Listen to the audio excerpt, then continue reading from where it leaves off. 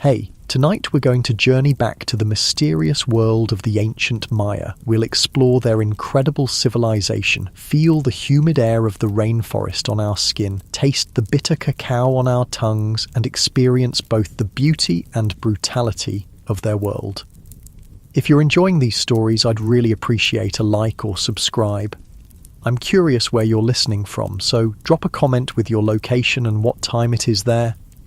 Now, find a cozy spot, take a slow, deep breath, and let your body sink into comfort as we journey back in time together.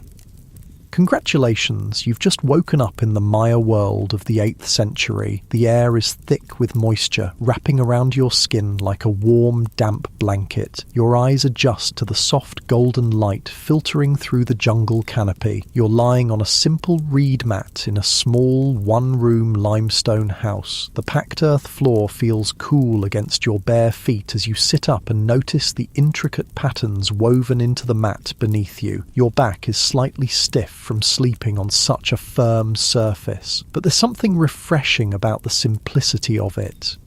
A small copal incense burner smoulders in the corner, releasing a sweet, earthy aroma that mingles with the scent of fresh corn tortillas cooking on a clay comel. Your stomach rumbles. You haven't eaten since yesterday, and the smell of food makes you realize just how hungry you are.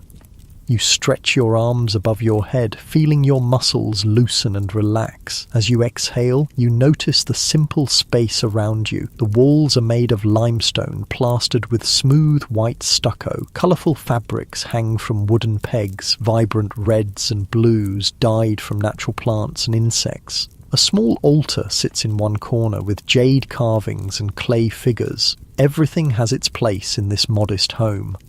Outside, you hear the village awakening. Children's laughter ripples through the air. The rhythmic pat-pat-pat of women's hands shaping corn dough into tortillas creates a soothing background rhythm. Someone nearby is chopping wood. Thunk, thunk, thunk, the sound resonating through the ground and up into your body. You rise from your mat and step toward the doorway, pushing aside the fabric that serves as a door. The morning light momentarily blinds you. As your vision clears, you see that you're in a small Maya farming village, nestled in the lowlands of what will someday be called the Yucatan Peninsula. Simple, thatched roof houses dot the landscape, each surrounded by small garden plots. In the distance, beyond the milpa fields where corn, beans and squash grow together, you can see the white limestone pyramids of a ceremonial centre rising above the jungle canopy. Good news, you've arrived at the height of Maya civilization when art, architecture, mathematics and astronomy have reached their peaks. The calendar systems are incredibly precise, and the Maya have mastered farming techniques that allow their civilization to thrive despite challenging conditions. Bad news, you've also arrived during a time when the Maya practiced bloodletting rituals and human sacrifice to appease their gods. These are not gentle people, despite their artistic and intellectual achievements. Life here is often brutal and short.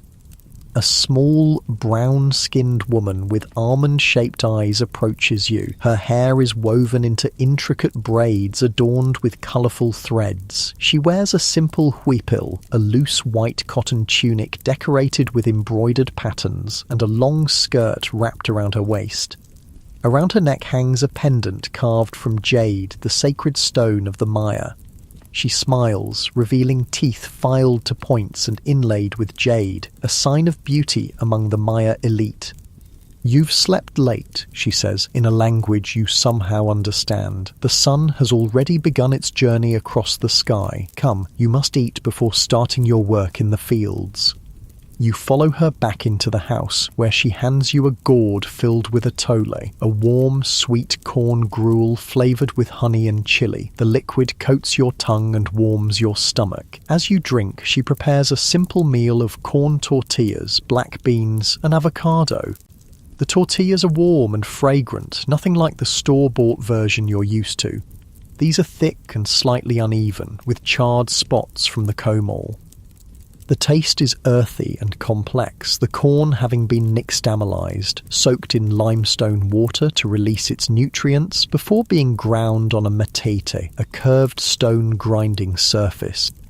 Eat, she encourages. Today is an important day. The king's procession passes through our village on the way to the ceremonial centre. We must prepare offerings. As you eat, you notice how the beans have been slow-cooked with epizota, a pungent herb that gives them a distinctive flavour. The avocado is perfectly ripe, its flesh creamy and rich. Such simple food, yet so satisfying. You find yourself breathing more deeply, your shoulders relaxing away from your ears as you savour each bite. The woman, who introduces herself as Ixchel, named after the Maya goddess of medicine and childbirth, explains that you are in a small farming community near Tikal, one of the most powerful Maya city-states. It is the year 750 CE, and the great king Jasor Chan Kawil has recently died. His son, Yikin Chan Kawil, now rules. Under his leadership, Tikal has defeated its rival city-state Calakmul and expanded its influence throughout the region. You feel the weight of the jade pendant hanging around your own neck and realise you must be someone of importance here. Jade is reserved for nobility and those with special status. Your hands, though, tell a different story. They are calloused and strong, the hands of someone who works the land despite their status. You are troubled by strange dreams again, Ixchel says, noticing your confusion. The gods speak to you in your sleep, but their messages are difficult to understand. Perhaps the shaman can help after the harvest. After finishing your meal, you step outside again. The village is fully awake now. Men with simple loincloths and sandals made from plant fibres are heading to the fields, carrying stone tools for tending crops. Women balance large ceramic pots on their heads, making their way to the nearby cenote, a natural sinkhole that provides fresh water. Children run about naked or in simple tunics, playing with clay figures or helping their parents with chores. Your feet carry you down a worn dirt path toward the Milpa fields. The cool earth feels good between your toes. You notice how your body seems to know where to go, even as your mind struggles to make sense of this new reality. The weight of the humid air presses against your skin, making each movement slightly more effort. Sweat beads on your forehead and upper lip, trickling down your back. Yet there's something pleasant about this direct connection to your body, to the environment around you. The Milpa fields spread out before you, an ingenious system of sustainable agriculture. Unlike modern monoculture, the Milpa contains multiple crops growing together. Tall corn stalks provide support for climbing bean vines, which fix nitrogen in the soil, while squash plants spread along the ground, their broad leaves providing shade that prevents weeds and retains moisture. This Three Sisters method of farming has sustained the Maya for centuries. You're handed a stone hoe by a man who seems to know you. His skin is deeply tanned from working in the sun, and intricate tattoos cover his arms and chest. Unlike you, he wears no jade, marking him as a commoner. Still, there's a dignity in his bearing, a pride in his work. The beans are ready for harvesting, he tells you. We must finish before the king's procession arrives.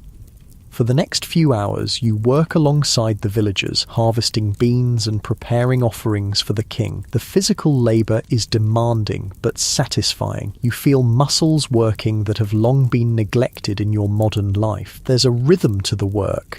Bend, pick, place, move. Bend, pick, place, move.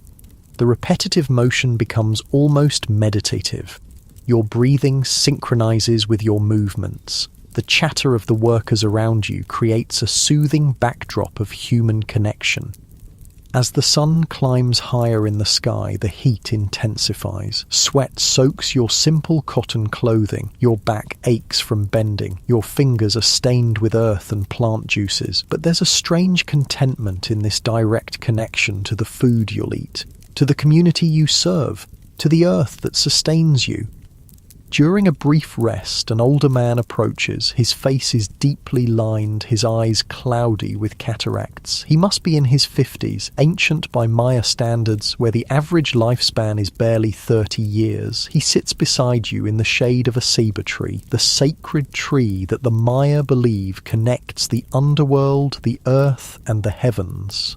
"You look troubled, child," he says, his voice raspy with age. "Is it the dreams again?" You nod, unsure how to explain that you're not who they think you are, that you've somehow been transported across time into this ancient world.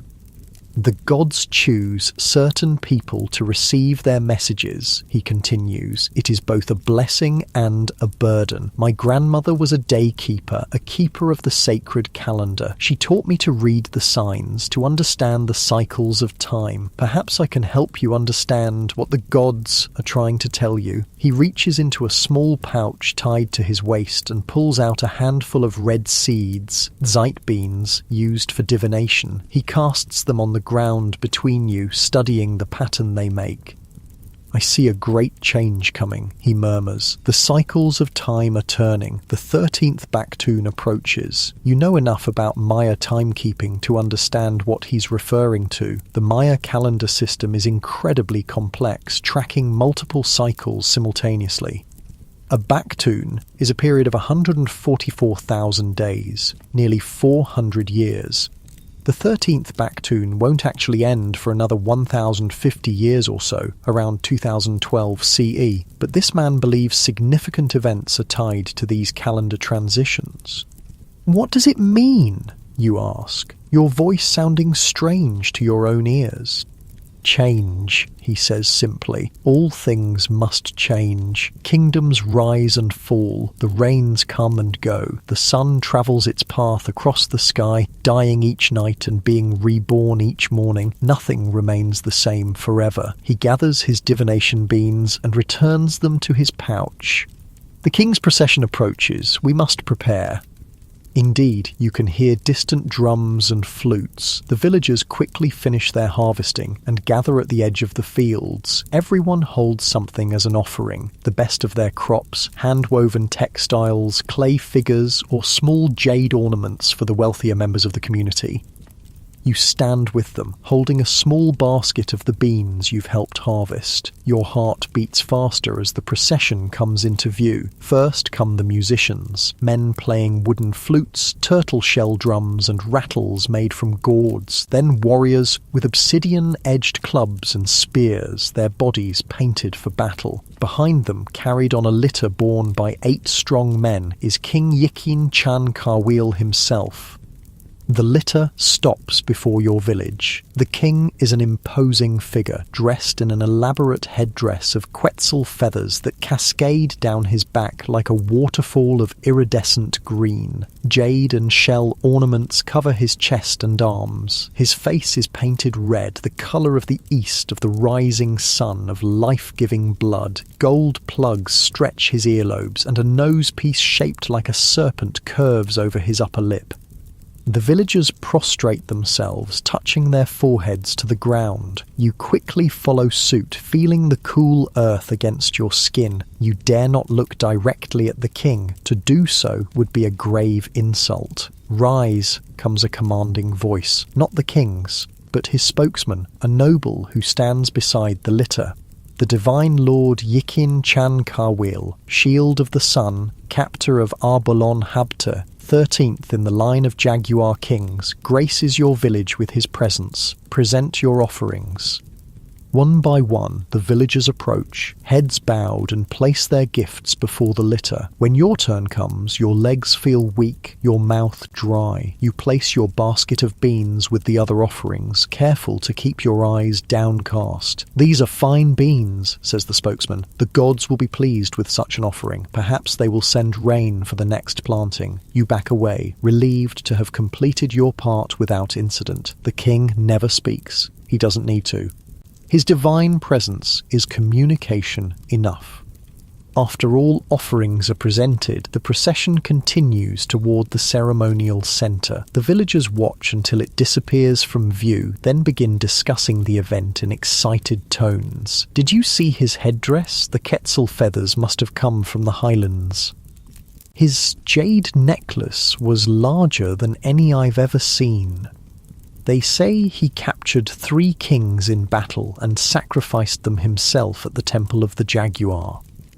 The conversations swirl around you as everyone returns to their tasks. The encounter with royalty has energized the village, giving them a story they'll retell for months to come. As the afternoon wears on, the heat becomes even more intense. The air is so thick with humidity that it feels like breathing through a wet cloth. You help with the final harvesting, your movements becoming slower as fatigue sets in. The older man who read the Zeit beans works nearby, moving with the deliberate pace of someone conserving energy. Tonight there will be a feast, he tells you, to celebrate the king's procession and to thank the gods for the harvest. There will be dancing and balshe. Balshe, you remember, is a mildly intoxicating drink made from fermented honey and the bark of the balshe tree. The Maya believe it helps them communicate with the gods. As the sun begins its descent toward the western horizon, the workers return to the village. Women are already preparing food for the feast, grinding more corn for tortillas, cooking beans and squash, preparing venison and turkey in underground pits lined with hot stones. You help where you can, your body moving on instinct while your mind tries to make sense of this immersive experience. The physical fatigue from a day of manual labor settles into your muscles, your eyelids feel heavy, your limbs pleasantly exhausted.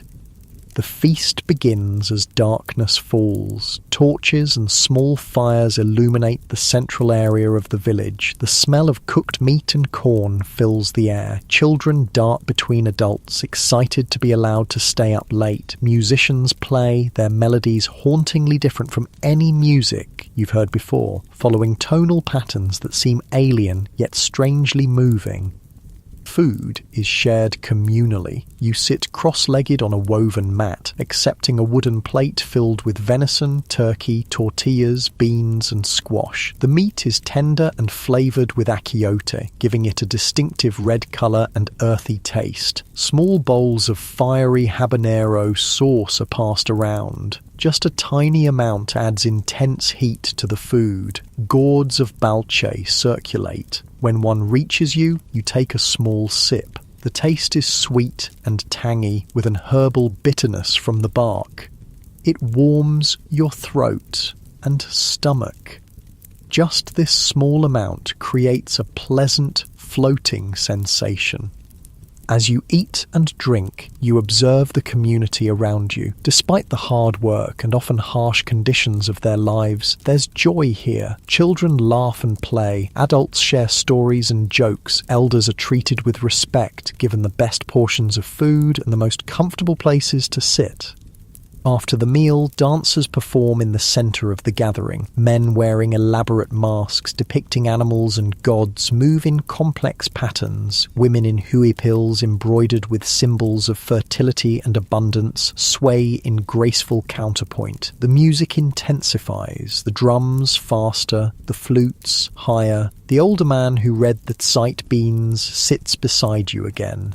"Do you understand what they're dancing?" he asks. You shake your head. It's the story of creation, he explains, how the gods made the world and all living things, how they tried 3 times to create humans, first from mud, then from wood, and finally from corn. Only the corn people, us, were successful. We could speak and move and properly honour the gods who made us. You recognise the story from your knowledge of the Popol Vuh, the sacred text of Maya creation myths that survived the Spanish conquest, but hearing it described by someone who truly believes it, who sees it not as mythology but as sacred truth, gives it a different resonance. And now they dance the journey of the hero twins, he continues as new dancers take the centre space. Hunahpu and Xbalanque, who defeated the lords of Xibalba, the underworld, and became the sun and moon. The dancers move with incredible precision, their bodies telling the story without words. One dancer wears a jaguar pelt, representing one of the fearsome lords of the underworld. Others wear masks with death symbols, skulls and bones painted in stark black and white.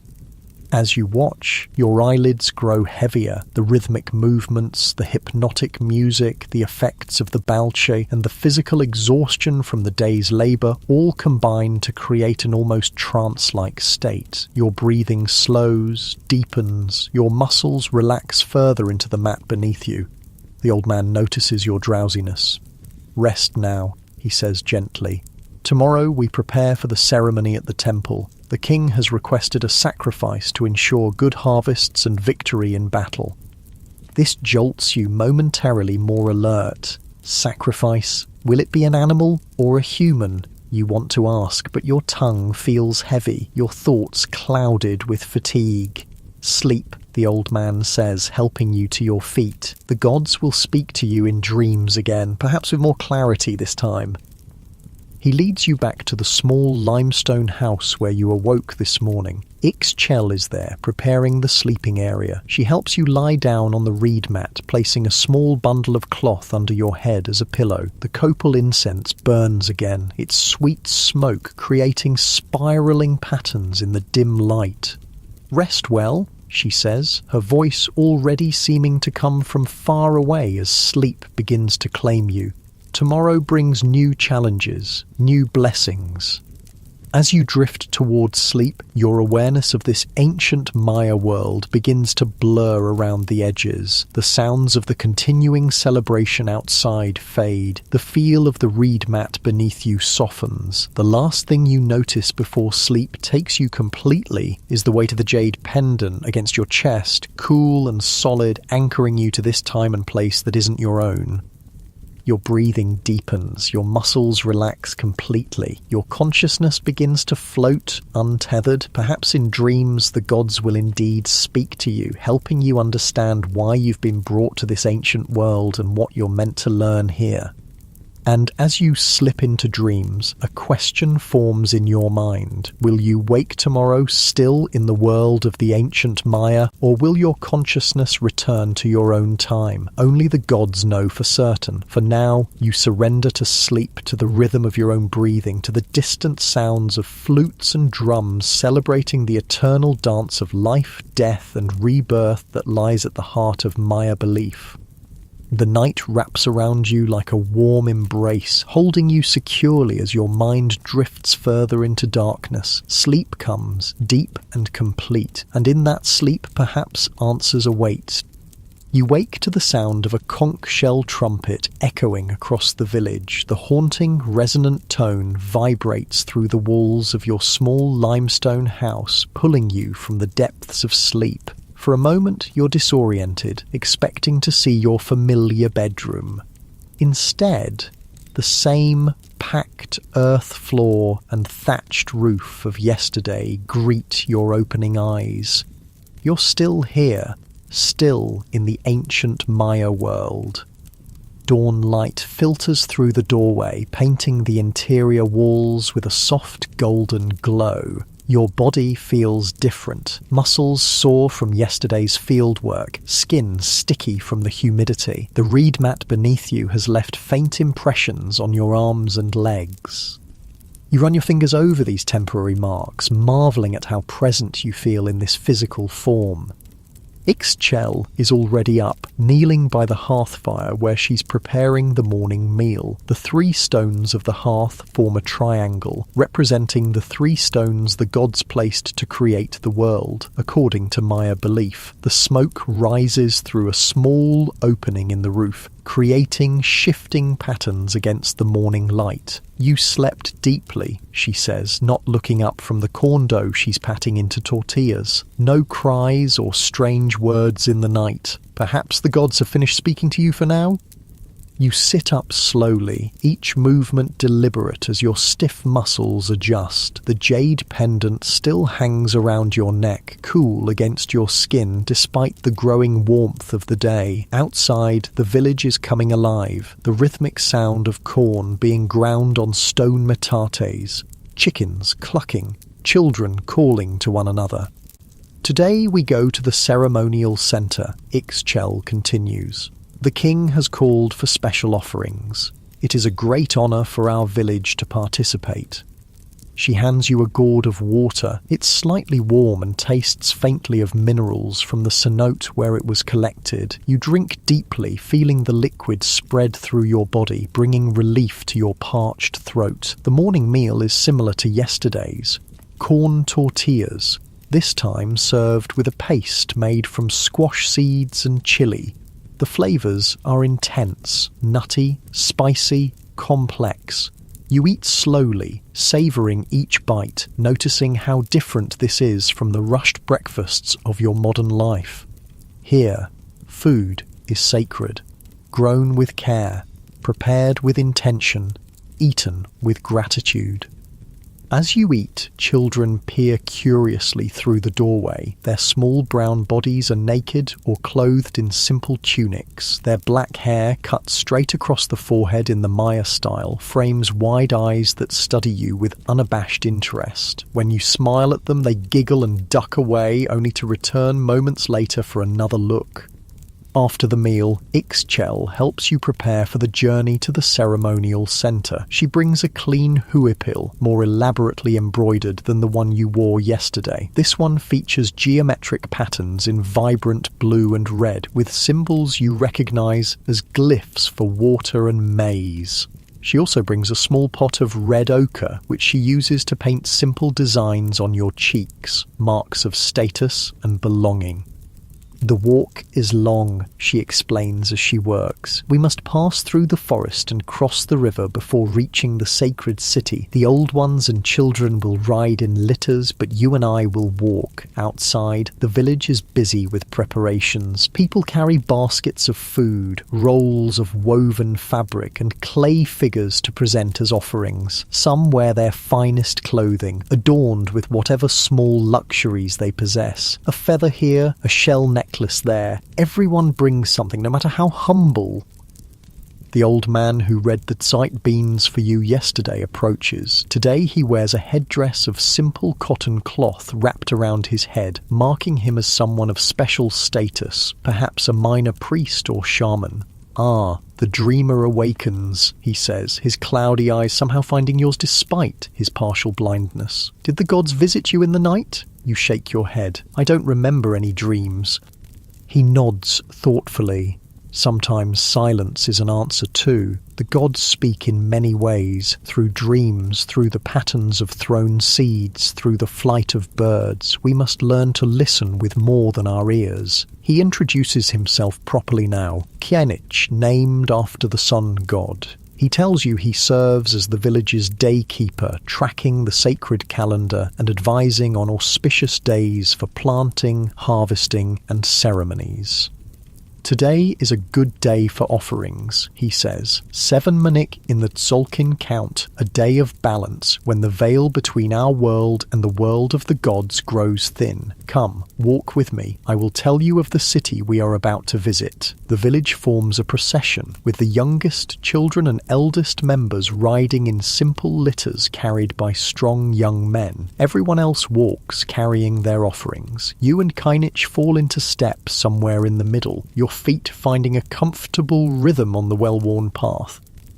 As you walk, Kienich explains that the ceremonial centre you're visiting is one of several cities under Tikal's control. The Maya world isn't a unified empire, but rather a collection of city-states, sometimes allies, sometimes bitter enemies. Wars are frequent, with captured rulers often sacrificed in elaborate public ceremonies. The city we visit today is called Uakshaktun, he says. It was once a rival to Tikal, but now serves our great king. Its temples are aligned with the stars, marking the solstices and equinoxes. The priests there are wise in the ways of time and the heavens.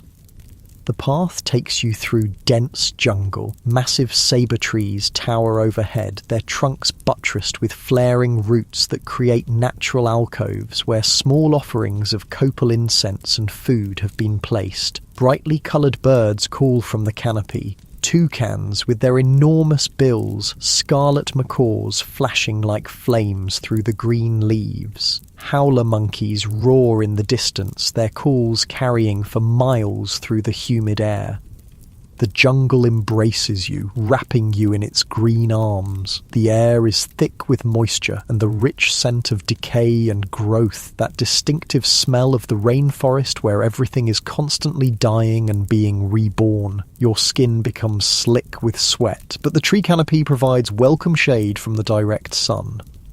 Keenich points out useful plants as you walk: the sapodilla tree, whose sap provides chewing gum, the copal tree, whose resin is burned as incense, medicinal herbs used to treat fevers and wounds. The Maya don't see the jungle as wilderness to be conquered, but as a garden to be tended and harvested. Every plant has a purpose, a story, a spirit. Before the first fathers created humans, Keenich tells you, they made the animals and trees. They gave each one a voice and asked them to speak their names and give praise to their creators. But the animals could only squawk and howl and roar. They couldn't speak properly or remember their creators. So the gods decided to make a new being who could speak and remember and give proper worship. You recognize this as part of the creation story from the Popol Vuh. Though this sacred text won't be written down for centuries yet, the oral tradition already contains these ancient beliefs. After about an hour of walking, the path opens onto the bank of a river, broad and slow-moving, its surface reflecting the brilliant blue sky above. Simple wooden canoes wait to ferry the villagers across. You help load the offerings and then climb carefully into one of the dugouts, finding your balance as it rocks beneath you. The canoe glides silently across the water, propelled by a young man with a long wooden pole. Fish dart beneath the surface, quick flashes of silver against the river's sandy bottom. Water lilies float in the shallows, their white flowers open to the morning sun. A caiman watches from the opposite bank, only its eyes and the ridge of its back visible above the water. Once across, the procession reforms and continues through more jungle. The terrain begins to rise gently. Through breaks in the trees, you catch glimpses of stone structures ahead, the white limestone dazzling in the sunlight. Your heart beats faster with anticipation. Finally, the trees thin, and you step out onto a cleared plaza paved with white stone. The sight before you takes your breath away. Pyramids rise against the sky, their stepped sides climbing toward heaven. Temples crown their summits, their roof combs elaborately carved with images of gods and rulers. Long buildings flank the plaza, palaces for the nobility and priests. Stelae, tall stone monuments carved with images and hieroglyphs, stand at regular intervals recording the deeds of kings and important celestial events. The ceremonial centre is alive with activity. Hundreds of people from surrounding villages have gathered, bringing offerings similar to your own. Priests in elaborate costumes direct the proceedings, their headdresses of quetzal feathers and jaguar pelts marking their high status. Warriors stand guard, their bodies painted for battle, obsidian-edged weapons gleaming in the sun. Keenich leads you across the plaza toward the largest pyramid. The limestone paving stones feel hot through your sandals. The open space offers no shade, and the heat is intense after the relative cool of the jungle. Sweat trickles down your back and between your shoulder blades. Your breath comes faster as you take in the overwhelming scale and beauty of the architecture. The temple at the top honors Chak, the rain god, Keenich explains. In this dry season, we must please him, so he will bring water for our crops. At the base of the pyramid, people leave their offerings on large stone altars. You watch as Ixchel carefully places the woven textile she carried all this way, smoothing it with reverent hands. Others leave food, incense, jade beads, or figurines of the gods. Nothing is too humble to be offered. Even a perfect flower or unusual stone might please the deities. When it's your turn, you step forward with the small clay figure you've been carrying, a representation of Chak with his distinctive long nose and axe. You place it carefully among the other offerings, feeling a strange sense of connection to this ancient practice. Though the beliefs aren't your own, there's something deeply human about the act of giving, of acknowledging forces greater than yourself. After all offerings are presented, a hush falls over the gathered crowd. From the top of the pyramid, a priest appears. His face is painted blue, the colour of water, of life. His headdress resembles the head of Chak, with the god's characteristic long downturned nose. He raises his arms to the sky and begins to chant in a sing-song voice that carries across the plaza. Though you can't understand all the words, you recognize invocations to Chak, asking for rain, for life-giving water to nourish the crops. The crowd responds at intervals with a word you recognize, Lakin. So be it. As the chanting continues, your attention is drawn to movement at the side of the plaza. Warriors are leading a group of bound men, their bodies painted black, their expressions resigned. With a chill, you realize these are captives taken in recent battles with neighboring cities. They will be the sacrifices to Chak. You look at Kinich, uncertain how to react. His weathered face shows no surprise or distress. This is simply the way of his world, necessary for the continuation of life. Without blood, there is no rain, he says simply, noticing your discomfort. The gods gave their blood to create humans. Now humans must return the gift. Before the captives can be led up the pyramid steps, however, something unexpected happens. King Yikin Chankawil himself arrives at the plaza, carried on his elaborate litter. The crowd immediately prostrates themselves, touching foreheads to the stone pavement. You quickly follow suit, feeling the hot stone against your skin. The king speaks, a rare occurrence that sends a ripple of excitement through the crowd. His voice is strong and clear, carrying the authority of divine right. Today, we honor Chak not with the blood of enemies, but with the blood of kings, he announces. I, Shield of the Sun, will give my sacred blood so that our people may prosper. A murmur of awe passes through the crowd. For a king to offer his own royal blood is a sacrifice of the highest order. The captives are led away, spared for now, though likely to meet their fate at another ceremony. The king is carried to the base of the pyramid. There, attendants help him from his litter and remove his elaborate headdress and much of his jewellery. Though stripped of these symbols of office, his bearing remains regal, his presence commanding. Priests approach with obsidian blades and stingray spines. The king extends his tongue, and in a swift motion that makes you wince, a priest draws the spine through it. Bright red blood flows immediately, collected on strips of white bark paper. The king shows no pain, his face impassive, as his precious blood, carrying the essence of the gods who flow through his royal veins, is gathered for the offering. Next, the priest hands the king a thorn-studded cord. With practiced movements, the king draws this through his foreskin, adding more blood to the paper. This self-mutilation is performed with dignity, as a sacred duty rather than a punishment. The bloodied paper is placed in a ceramic vessel and carried reverently up the pyramid steps to be burned before the image of Chak. The smoke will carry the essence of royal blood to the heavens, feeding the rain god and ensuring his favour. As this solemn ritual concludes, the atmosphere shifts. Musicians begin to play, drums, rattles, flutes and turtle shell instruments creating complex rhythms. Dancers appear, their movements telling the story of Chak bringing rain to a parched world. Their costumes feature blue and green feathers, jade beads and shell ornaments that catch the light as they move. The tension of the blood ritual gives way to celebration. The king returns to his litter and is carried to a shaded area where he can observe the festivities. The crowd relaxes, people beginning to talk among themselves, children darting between adults in improvised games. Food and drink are shared. You're offered a gourd of balche, which you sip cautiously. The sweet, fermented liquid creates a pleasant warmth in your stomach, a slight buzzing in your fingertips. Ixchel appears with corn tamales wrapped in leaves, the steam releasing the aroma of corn and spices as you unwrap them.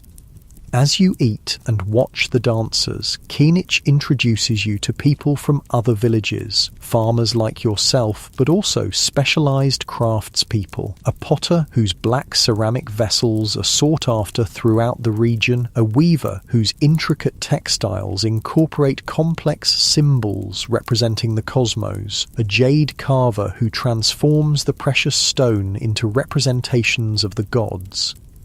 From these conversations, you begin to understand the complexity of Maya society. This isn't a simple agricultural community, but a sophisticated civilization with specialized labor, long-distance trade networks, and complex political alliances. The farmers in your village depend on these craftspeople for tools and luxury items, while the craftspeople depend on farmers for food. Everyone depends on the king and priests to maintain proper relations with the gods, ensuring cosmic balance and earthly prosperity. The celebration continues throughout the afternoon. You find yourself drawn to the stelae, the carved stone monuments that record royal history and astronomical events. Though you can't read the hieroglyphs that cover their surfaces, you recognize images of rulers standing over defeated enemies, elaborate dates marking celestial alignments, and representations of the gods receiving offerings. Kinich notices your interest. These stones tell the story of our kings, he explains, how they rose to power, their great victories, their connections to the gods. They also mark the passage of time, the movement of stars, the completion of calendar cycles. He points to one stela featuring a particularly elaborate carving of a king in full regalia. This records the end of the last Katun, a period of 20 tons or about 20 of your solar years. At such completions, new fire is drilled, old ceramic vessels are broken, and the king performs special rituals to ensure the successful transition to the new cycle. Time, you realize, is understood differently here. For the Maya, it isn't a straight line moving eternally forward, but a series of embedded cycles, days within months, within years, within larger periods, all turning like interlocking gears. The past isn't dead, but continues to influence the present, just as present actions shape the future. Gods who created the world in mythic time are still present, still requiring acknowledgement and offerings. As the sun begins its descent toward the western horizon, the crowd thins. Many have long journeys back to their villages and must leave before darkness falls. Your own group gathers near the edge of the plaza, preparing for the return walk. But before you depart, Kinich leads you to one final structure, not a towering pyramid, but a low building with multiple doorways. Inside, you're surprised to find what appears to be a school. Young men, sons of nobles and priests, sit cross-legged on mats, practicing writing on bark paper. Their teachers, older men with the bearing of scholars, correct their work and demonstrate proper technique. Here the sons of noble houses learn the sacred knowledge, Kinich explains, how to read and write the glyphs, how to calculate calendar dates, how to track the movements of stars and planets. This knowledge is power. It connects us to the gods and ancestors. You watch as a young scribe carefully forms hieroglyphs with a brush made from animal hair. The symbols are both artistic and precise, some representing whole words, others syllables that can be combined to write any sound in the Maya language. The system is incredibly sophisticated, capable of recording not just factual information, but poetry, religious concepts, and historical narratives. Few are chosen for this honour, Kinich continues. Most will never learn these skills, but those who do become the keepers of our history, the calculators of time, the predictors of eclipses and planetary movements. As you watch the young scribes at work, you're struck by the contrast between this intellectual pursuit and the blood ritual you witnessed earlier. The Maya world contains both profound mathematical understanding alongside religious practices that seem brutal by modern standards. This civilization cannot be easily categorized as primitive or advanced. It is both and neither, following its own internal logic. The journey back to your village is quieter than the morning's procession. People are tired from the day's events, the long walks, the emotional intensity of the ceremonies. The jungle seems different in the late afternoon light. Shadows longer, bird calls fewer, the air cooling slightly as evening approaches. Your own body feels heavy with fatigue. Your feet ache from walking on stone and dirt paths. Your mind is full of the day's experiences, the blood ritual, the dancers, the scribes practicing their art. You try to make sense of this world that is both familiar and utterly foreign. Crossing the river again as sunset approaches, you watch fish jumping for insects, skimming the water's surface. Each circular ripple spreads outward, intersecting with others to create complex patterns, like time in the Maya worldview. Cycles within cycles, patterns emerging from the intersection of different periods. By the time you reach your village, twilight has descended. Cooking fires glow orange against the deepening blue of evening. The smell of corn and beans welcomes you home.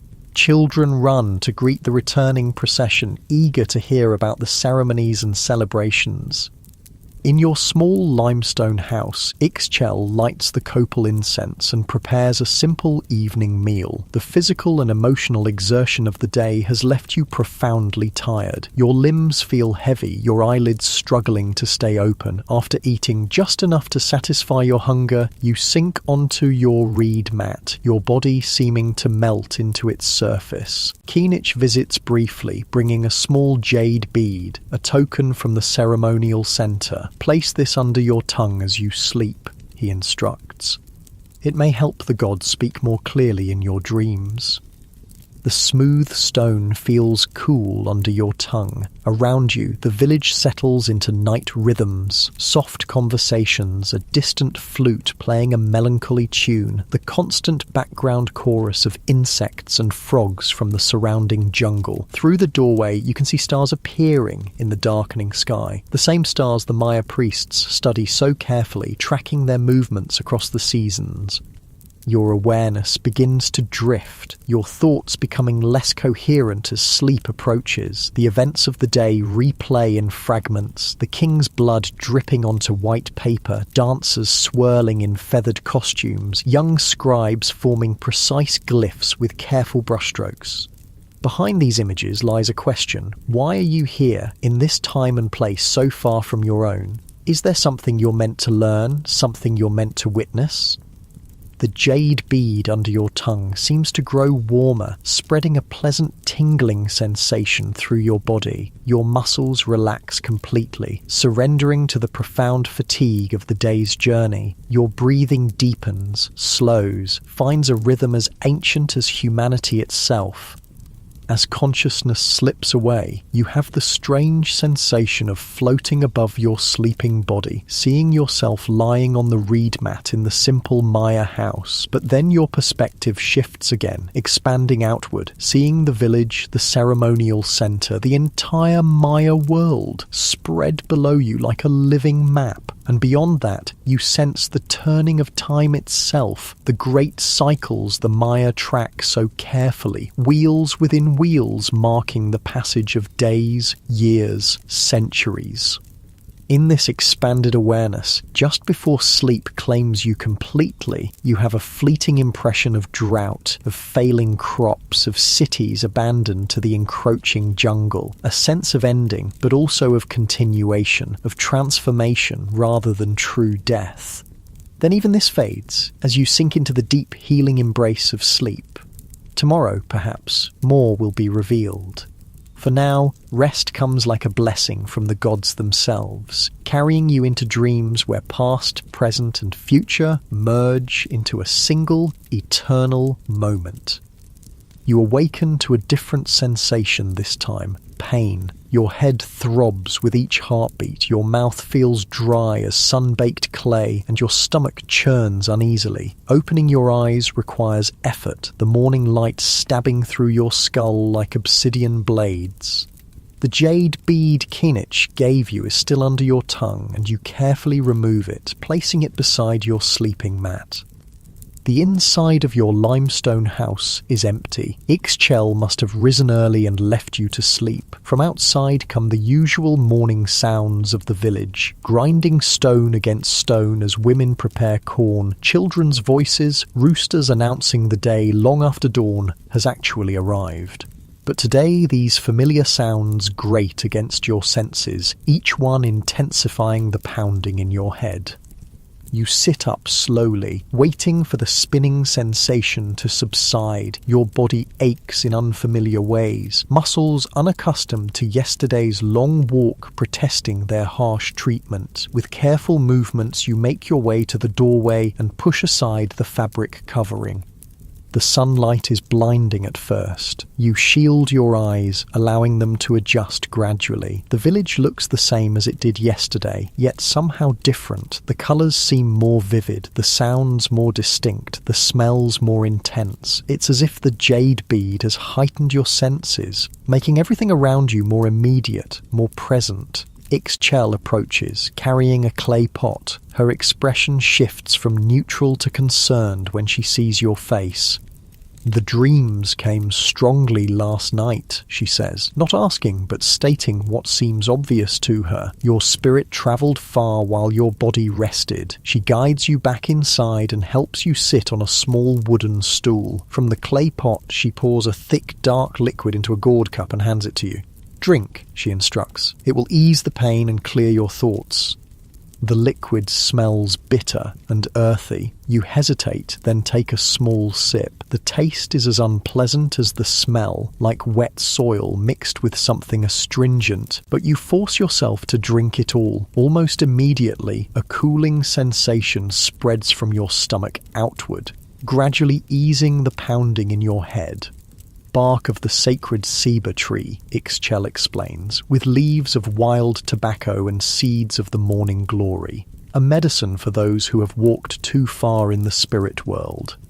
As the pain recedes, memories of strange dreams surface, visions of drought, of starving children, of empty plazas once filled with people, of jungle reclaiming abandoned temples, but also flashes of knowledge, as if the history of the Maya world had been poured directly into your mind while you slept. Calendar systems, trade routes, political alliances, agricultural techniques. "I saw," you begin, but struggle to find words for the complex images that filled your dreams. Ixchel nods. "The gods speak in riddles and fragments. It is not for us to understand everything they show us. Kinich will help you make sense of the visions." She brings you a simple breakfast, a corn gruel sweetened with honey, and watches as you eat. The food settles your stomach and the medicine continues to work, bringing clarity to your thoughts. By the time you finish eating, you feel almost normal again, though with a lingering sensitivity to light and sound. "Today is market day," Ixchel tells you. "We will go to the local trading centre. It is smaller than the great markets of Tikal, but traders come from many villages to exchange goods. Perhaps the activity will help ground your spirit back in this world." She helps you dress in clean clothing. Another Hui pill, this one with simpler embroidery than yesterday's ceremonial garment. Your hair is braided and wrapped with a cotton cloth. Around your neck, the jade pendant remains, a constant reminder of your special status in this community. As you leave your house, Kinich joins you. He carries a walking stick carved with symbols of the gods, and a small bag that clinks softly with each step, probably containing items to trade. "Your eyes are different today," he observes. "You have seen beyond the veil." "I had strange dreams," you admit. "Visions of..." You hesitate, uncertain how to describe the apocalyptic images of abandoned cities and failed crops. Kinich nods. The jade bead opens pathways between worlds. What you saw may be echoes of the past, glimpses of possible futures, or messages from the gods. As we walk to the market, tell me what you remember. The path to the trading centre leads through the milpa fields. Young corn plants stand in neat rows interspersed with climbing bean vines and spreading squash plants. Farmers work among the crops, using stone tools to remove weeds and check for pests. They acknowledge Kinich with respectful nods as you pass. As you walk, you describe fragments of your dreams, the drought, the hunger, the abandoned cities. Kinich listens without interrupting, his weathered face giving nothing away. Only when you finish does he speak. Such visions have come to others in recent years, he says quietly. The daykeepers in many villages report similar dreams. Some believe they foretell a time of great challenge for our people. Do you think they will come true? You ask, a chill running through you despite the warm morning. Kinich gestures to the fields around you. Look at these milpas. For generations we have planted and harvested here. Our ancestors taught us to work with the cycles of rain and drought, to allow fields to rest and recover, to plant diverse crops that support each other. But as our numbers grow, we must clear more land, plant more intensively, harvest more frequently. The balance shifts. He pauses, watching a flock of brilliant green parrots fly overhead. The gods gave us this world in perfect balance. If that balance is disturbed, consequences follow. This is the law of creation. His words settle heavily between you as you continue walking. After passing through the cultivated fields, the path enters a section of secondary forest. Younger trees and denser undergrowth indicating this area was once cleared but has been allowed to regrow. Even here, though, you notice the forest is not truly wild. Useful trees have been encouraged. Ramon with its nutritious nuts, sapodilla with its valuable sap, cacao with its precious beans. The Maya don't just farm fields, they farm the forest itself. After about an hour's walk, sounds of human activity reach you. Voices calling, children laughing, the rhythmic sound of stone against stone. The path widens, joining others to form a small road leading to the trading centre. Unlike the ceremonial centre you visited yesterday, this place has no grand pyramids or elaborate temples. Instead, it's a large plaza, surrounded by simple wooden structures with thatched roofs, permanent stalls for regular traders. In the centre of the plaza, temporary stands and mats display goods from more occasional visitors. The ground is packed dirt rather than paved stone, and there are no carved stelae recording royal histories. This is a place of commerce, not ceremony. Yet the energy here is infectious. Hundreds of people move through the market. Farmers with surplus crops, craftspeople with their wares, traders who travel between distant cities exchanging luxury goods. The air is filled with the smells of cooking food, fresh fruits, and curing hides.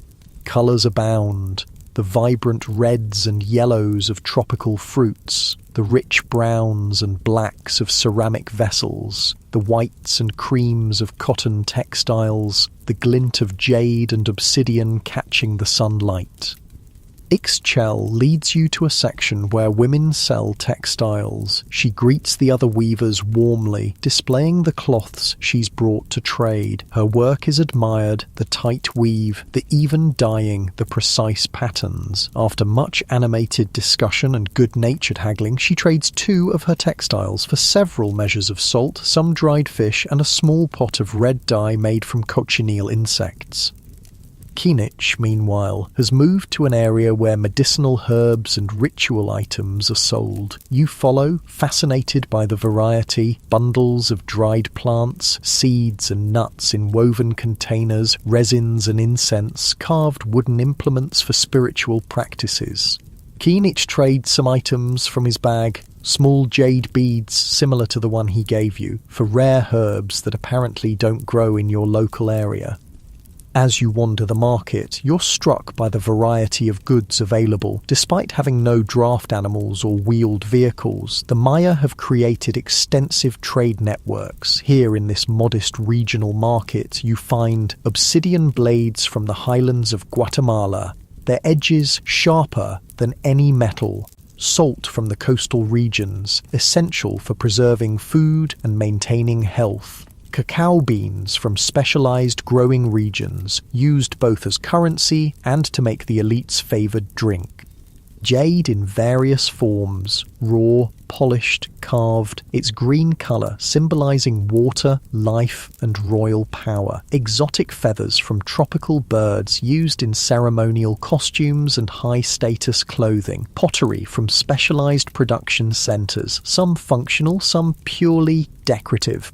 Honey collected from both wild and cultivated bees used as a sweetener and in fermented drinks. Copal resin for incense, rubber for the balls used in the ceremonial ball game, medicinal herbs from diverse ecological zones. All this moves through the Maya world without horses, donkeys, or oxen, carried on human backs, transported in canoes along rivers, passed from community to community through regional markets like this one. In one corner of the plaza, you notice a group of men engaged in what appears to be a more formalized exchange. They consult painted bark paper books, make calculations using cacao beans as counters, and engage in intense negotiations. Kinich explains these are professional merchants, Poshteka, who coordinate long-distance trade between major cities. They belong to a specialized class with their own patron deities and ritual practices. Some travel as far as Teotihuacan in the central Mexican highlands, hundreds of miles away. In the great cities, Kinich tells you, the markets are many times this size. There you might find turquoise from the northern deserts, gold from the southern mountains, shells from both oceans, and exotic goods from lands so distant that even the Poshteka rarely visit them. Near the center of the plaza, food vendors have set up cooking stations. The smell of roasting meat, simmering beans, and fresh tortillas makes your stomach growl despite the large breakfast. Ixchel uses some of her newly acquired salt to purchase a meal for the three of you. Turkey, meat, seasoned with achiote and local herbs, served with tortillas and a fiery habanero sauce. You find a shady spot at the edge of the plaza to eat. The market activity continues around you, a living organism of human interaction, the lifeblood of the Maya economy flowing through this regional center just as it flows through larger cities and smaller villages, connecting the entire civilization. As you eat, you notice a group of individuals who stand out from the farmers and crafters. Their elaborate jade jewellery, intricately patterned clothing, and confident bearing mark them as nobility from one of the larger cities. Warriors accompany them, not actively threatening anyone but clearly present as protection. Common people give them space, lowering their eyes as the nobles pass. One of the nobles, a young man wearing a jaguar skin draped over his shoulders, stops near your group. He studies you with open curiosity, his gaze lingering on the jade pendant around your neck. Without addressing you directly, he speaks to Kinich. "Your village has been blessed with a visitor from afar," he says, his dialect slightly different from the Maya spoken in your community. "The gods must favor you." Kinich rises and bows his head respectfully. "We are honored by their attention, Lord, as we are honored by yours." The young noble smiles, revealing jade inlays in his front teeth, a painful cosmetic modification that only the elite can afford. "I am Balam Kuk, son of the governor of Uakshaktun. My father serves the divine lord of Tikal. Our cities have enjoyed peace and prosperity under his rule. May it continue for many Katuns to come," Kinich responds. Balam Kuk glances at you again. The visitor has unusual features. From which city do they come? Before Kinich can answer, another noble calls to Balam Kuk from across the plaza. With a final curious look, the young lord moves on, rejoining his companions. "Be cautious around the nobility," Kinich murmurs once Balam Kuk is out of earshot. "Their world is filled with intrigue and power struggles. What seems like casual interest may have deeper purpose." Who was he really, you ask? The son of a regional governor, as he said, but the politics between cities is complex. Uaksakton was once independent, a rival to Tikal. Now it serves as a secondary centre under Tikal's control. Some families remember their former glory and chafe under Tikal's rule. Others benefit from the connection and seek to strengthen it. I do not know where Balamkuk's family stands in these matters. This glimpse into Maya geopolitics reminds you that beneath the apparent unity of shared culture, language, and religion lies a fragmented political landscape of competing city-states. The stability of the system depends on the dominance of powerful centres like Tikal, enforced through both military might and strategic alliances. If that dominance were to falter, your thoughts return to the troubling visions from your dreams. Abandoned cities, failed crops. Could political instability contribute to such a collapse? The pieces begin to fit together in your mind, forming a picture of a civilization facing multiple interconnected challenges. After finishing your meal, you continue exploring the market. Ixchel completes her trading, acquiring items needed back in the village, new pots to replace broken ones, obsidian blades for tools, special herbs for medicine, cotton for weaving. The practical business of daily life continues, regardless of politics or cosmic cycles. As the afternoon progresses, you notice the sky darkening to the west. Towering clouds build on the horizon, massive anvil-shaped formations that rise miles into the atmosphere. Lightning flickers within their depths, though the thunder is still too distant to hear. The first rains approach, Kinich observes, following your gaze. Earlier than expected this year, Chak has heard our prayers. The market activity intensifies as people rush to complete their trading before the storm arrives. Within an hour, the plaza begins to empty, traders packing their goods and heading toward home. Your small group joins the exodus, Ixchel carefully stowing her acquired items in a back basket supported by a tump line across her forehead, the standard Maya method for carrying heavy loads. The walk back to the village takes on new urgency as the storm clouds approach. The wind picks up, bending the tops of the tall trees and sending ripples through the cornfields. Birds fall silent, seeking shelter before the deluge. The air feels charged, electric with anticipation. You're still about halfway back to the village when the first large raindrops begin to fall, sporadic at first, then quickly increasing in intensity. Within minutes, water pours from the sky in sheets, drenching you completely. The path turns muddy beneath your feet, making each step treacherous. Kinich leads you to a small structure beside the path, a simple roof supported by 4 posts built specifically as a rain shelter for travellers. Several other people have already taken refuge here, making space as your group arrives. The thatched roof provides protection from the worst of the downpour, though wind-blown rain still reaches you. The temperature has dropped noticeably, and you find yourself shivering in your wet clothing. Around you, the landscape has transformed, visibility reduced to just a few yards. The familiar path now a flowing stream of muddy water, the cultivated fields temporarily returned to swamp. The first rain of the season is always the strongest, an old woman sharing the shelter tells you. Chak announces his return with thunder and lightning to remind us of his power.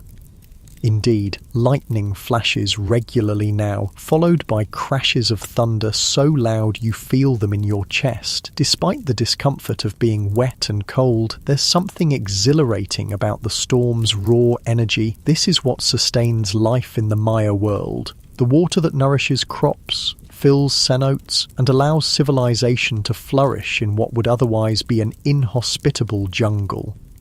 For nearly an hour, you wait as the storm rages. Conversation is difficult over the sound of rain hammering the roof, so you pass the time in silent contemplation. Your mind returns to the market, to the complex web of trade and social connections that binds the Maya world together. You think of Balamkuk and the political tensions beneath the surface of Maya society, and you remember your troubling dreams of drought and abandonment, a future that seems impossible to reconcile with the overwhelming abundance of water currently pouring from the sky.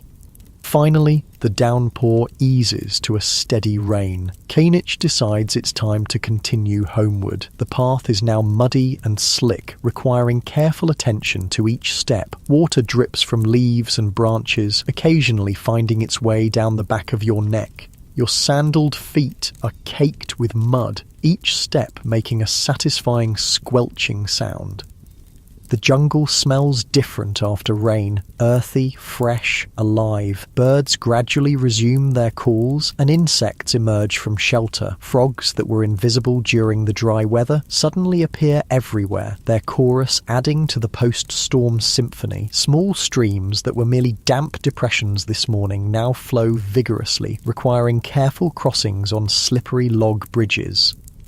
By the time you reach the village, the rain has stopped completely, though dark clouds still dominate the sky. The landscape glistens, every leaf and blade of grass adorned with droplets that catch the occasional breakthrough of sunlight. The air feels cleansed, the dust settled, the world renewed.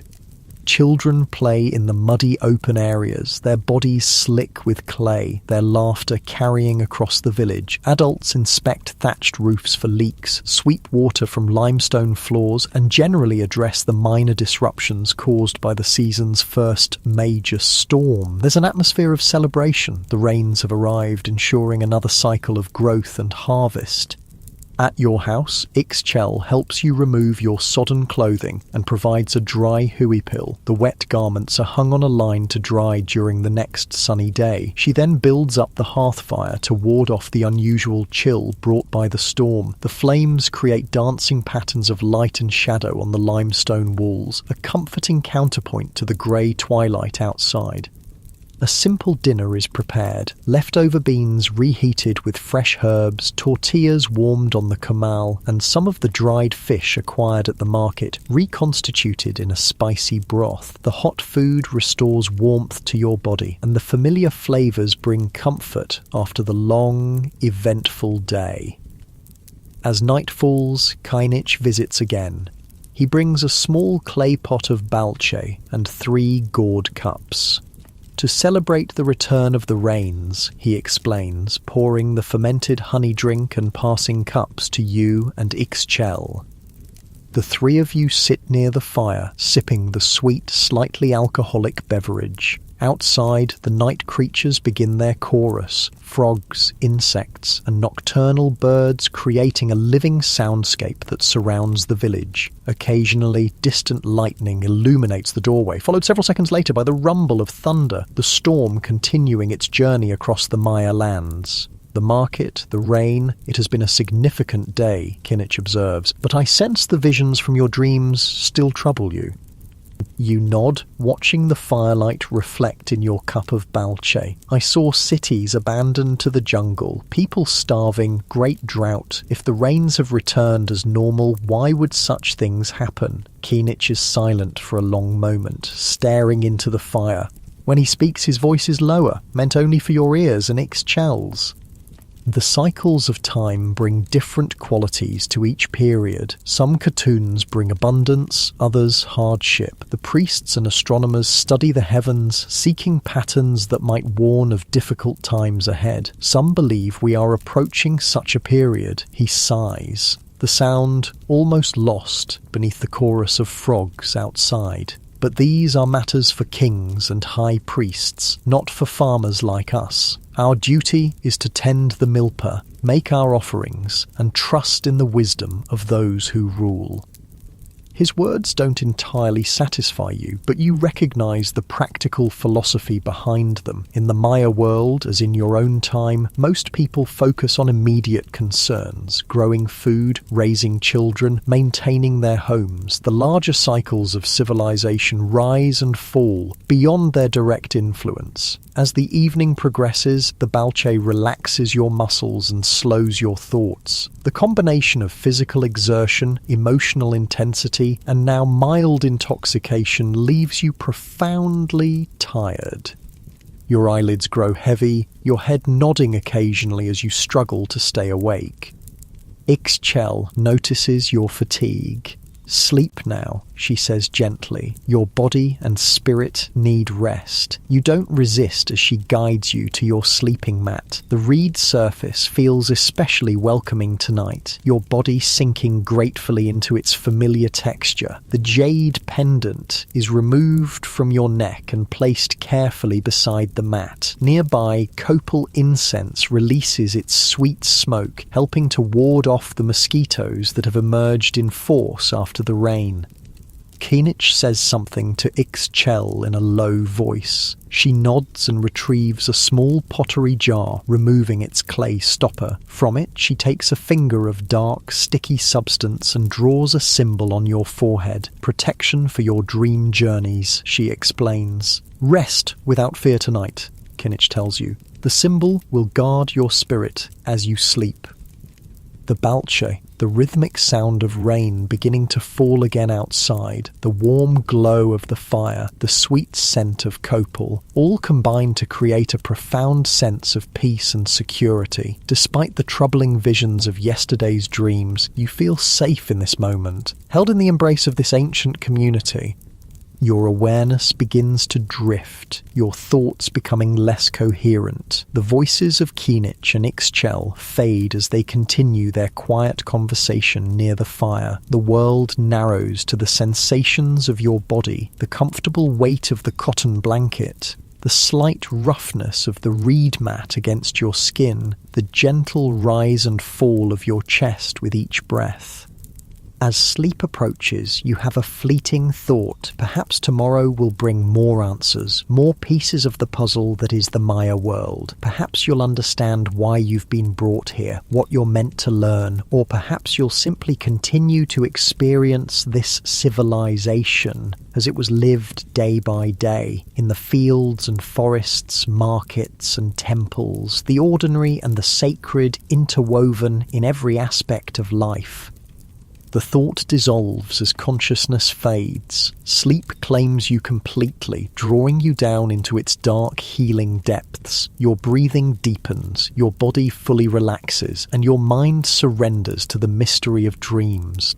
Time passes differently in dreams. When you open your eyes, you're still in the same limestone house with its packed earth floor and thatched roof, but something has changed. The quality of light filtering through the doorway has shifted, more golden, less intense. Outside, the sounds are different too. The rhythmic thwack of stone against wood has replaced the earlier grinding of corn. You sit up slowly, noticing that your body feels different, stronger, more accustomed to physical labour, skin darkened by months of sun exposure. The reed mat beneath you has been replaced by a newer one, the fibres still springy and resilient. The jade pendant still rests beside your sleeping place, but now it's joined by several other small objects. A smooth river stone with a natural hole through its centre, a tiny clay figurine of a jaguar, a bundle of dried herbs tied with cotton string. Rising to your feet, you move to the doorway and push aside the fabric covering. The village looks both familiar and changed. The basic layout remains the same. Limestone houses clustered around a central area, paths leading to the milpa fields beyond, but the vegetation has transformed. The corn in the nearby gardens stands tall now, heavy ears nestled among green stalks. Fruit-bearing trees are laden with ripening produce. Women work at outdoor cooking stations, preparing what appears to be a feast. Ixchel approaches, her face lighting with recognition. She's dressed more elaborately than you've seen before, her huipil embroidered with complex patterns in blue, red, and yellow thread. Shell and bone ornaments adorn her braided hair. "You have returned to us," she says, her tone suggesting she's both surprised and pleased. "The gods have strange ways. It has been 3 moons since you last walked among us." 3 months have passed, though to you it seems like only a night. You've been here the entire time, apparently, working, eating, sleeping, but some other consciousness has occupied your body while your own awareness was where? The mystery of this time slipping adds another layer to the strangeness of your experience in the Maya world. Today is Kin Tajal Chak, Ixchel explains, seeing your confusion. The festival of rain abundance. We celebrate the gifts Chak has brought us this growing season. She gestures toward the flourishing gardens and milpas. The harvest will be bountiful this year.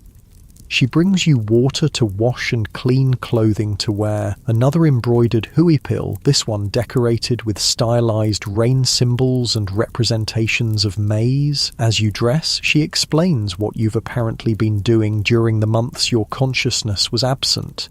Helping with the planting after the first rains, participating in community work projects, learning more about Maya agricultural techniques. You've become a valued member of the community, she tells you, respected for your willingness to work and learn. And outside, the village is busy with festival preparations. Men return from the forest carrying bundles of firewood and freshly killed game, turkeys, peccaries, wild pigs, and even a small deer. Women prepare mesa dough for tamales, grind cacao beans for ceremonial drinks, and weave fresh palm fronds into decorations. Children carry water from the cenote, feed cooking fires, and play games in between chores. Kinich finds you near the central cooking area. He looks much the same, though perhaps his white hair is a bit longer, his face slightly more lined. He carries his divination pouch and a staff carved with symbols of authority. Has his status changed in the months you've been away? The dreamer returns, he says with a knowing smile.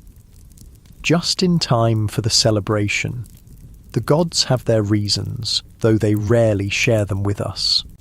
As you help with festival preparations, Kinich fills you in on what has transpired during your absence. The rainy season has been generous, with steady precipitation ensuring good crop growth without the destructive flooding that sometimes occurs. The king visited the region again, bringing news of victories against a rival city-state to the south. Several babies have been born in the village, and 2 elders have passed to the underworld, the normal cycle of life continuing.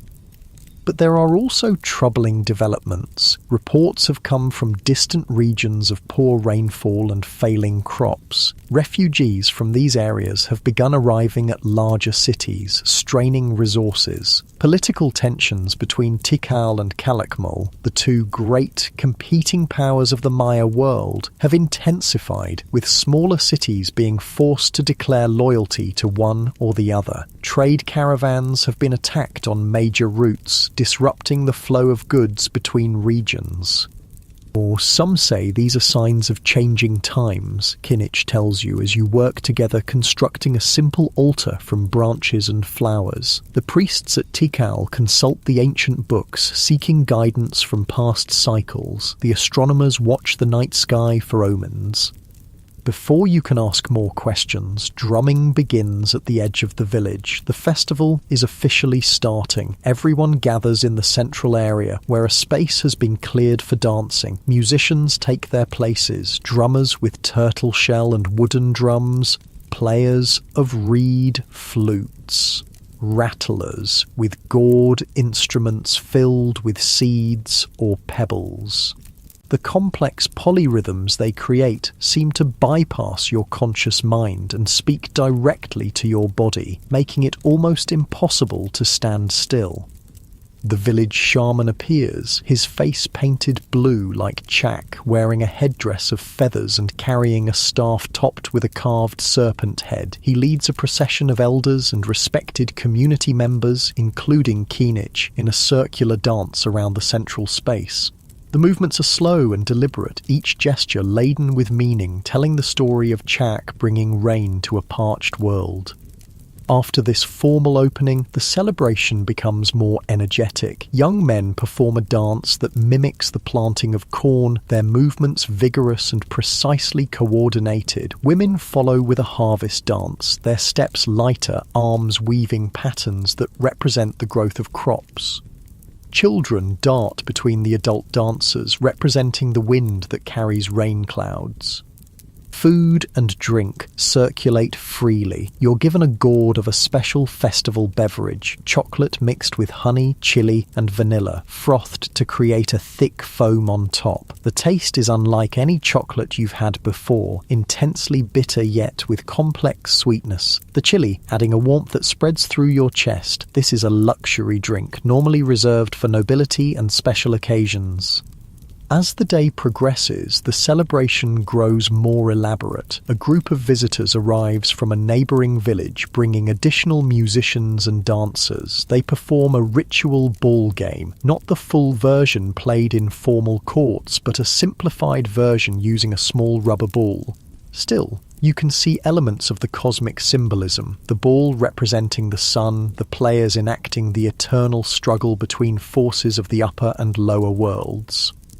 Between dances and performances, you notice people speaking in hushed tones, sharing news and rumours from distant places. The same concerns Kynich mentioned seem to be on everyone's minds: drought in some regions, political tensions, disrupted trade. Yet the abundance surrounding you makes these problems seem distant, theoretical rather than immediate threats.